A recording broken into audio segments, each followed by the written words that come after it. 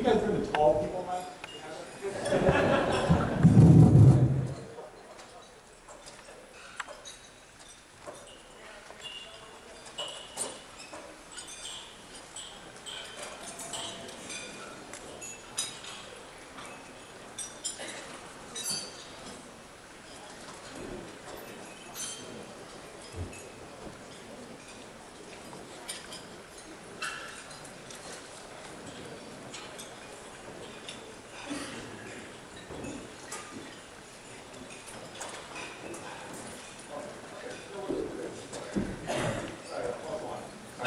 Assalamu alaikum. So I'm going to give a talk tonight called #Islamophobia about the intersection of civil rights and social media. Who here has a Twitter account? Okay, very good, very good. Who here is sick of Twitter and they don't even have a Twitter account? There we go, okay, fair enough, fair enough. So what I want to say about technology, generally speaking, is that every movement has some association with technology. A movement shouldn't be about technology, but technology plays a part. And I mean, even, do you recognize this woman? What do we have here? Rosa Parks, thank you.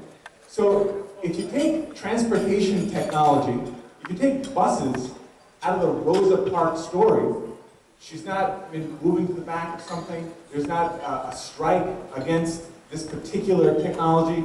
So I'm not trying to say that the civil rights movement is hinged on this technology, but this story would be totally different if you take buses out of it. The current civil rights story for Muslims would also, it doesn't hinge on social media technology, but if you take social media out of this movement, it's a totally different situation.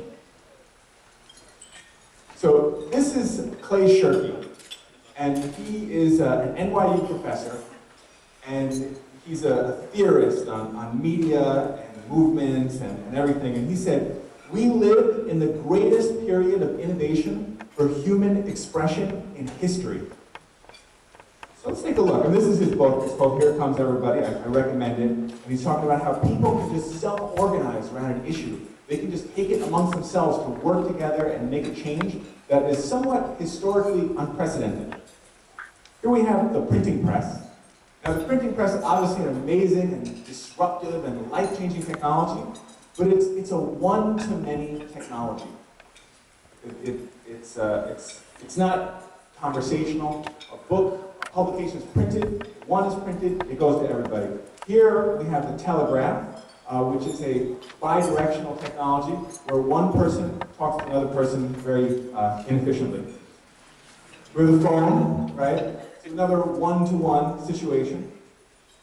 We have video, another one-to-many. Television, my least favorite of all of them. Another one-to-many. When you're watching television, you're consuming. There's no way for you to respond back to the television. People do, but it doesn't really do much. The time that we're living in right now, someone, this guy, Dan Gilmore, who wrote We the Media, said that we are the former audience. That's a term that you use to describe us. Because once you're consumers of news, the audience is learning how to get a better, timelier report. And just recently with the elections, I can give a perfect anecdote that just crystallizes this. The last time around, my whole family was sitting around CNN, MSNBC, we're all like huddled around the TV, seeing what reports came in, seeing which states are red, who's blue, who's undecided, what's going on. It was a completely television experience. This time around, the television was on, but it was like in the background. I was on Facebook. You know, I want to see what people who I know, people who I trust, people who I find interesting, what do they have to say about this? So the TV was on, but I'm seeing, what's Haroon got to say about this, right?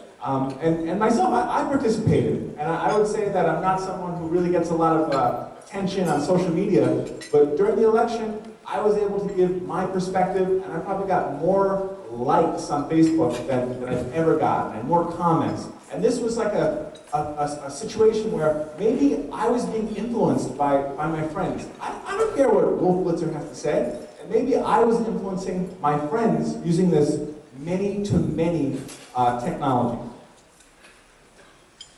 So in the Rosa Parks situation, I said, yeah, fine, it's not about buses, but buses do play a role in the story.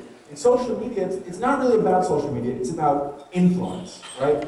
If you want to change policies, if you want to change opinions, if you want to change sentiment, a tool like social media, used intelligently and used by many people, can influence the opinions of many, many people.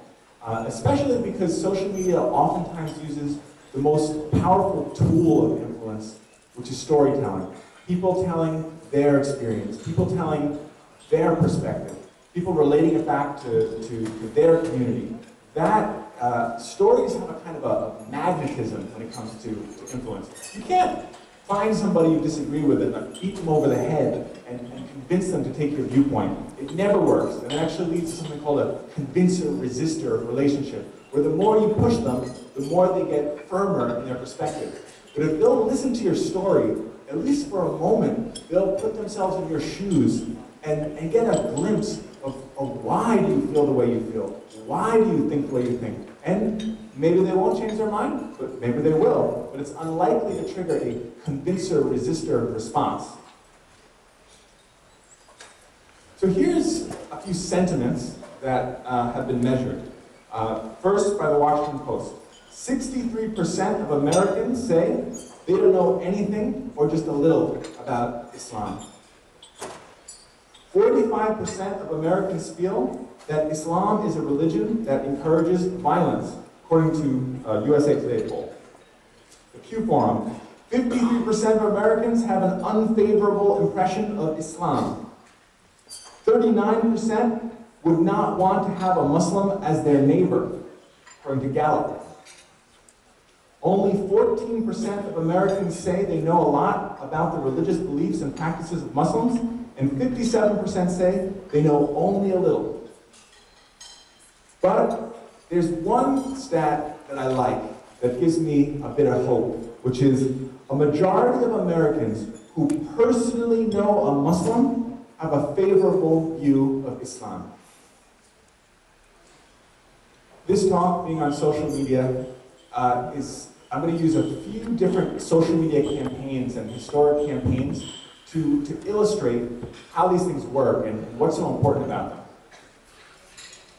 them. The first campaign that I want to mention is a campaign intended to address Islamophobia that sort of predates social media in a sense. I don't want to hurt anybody's feelings.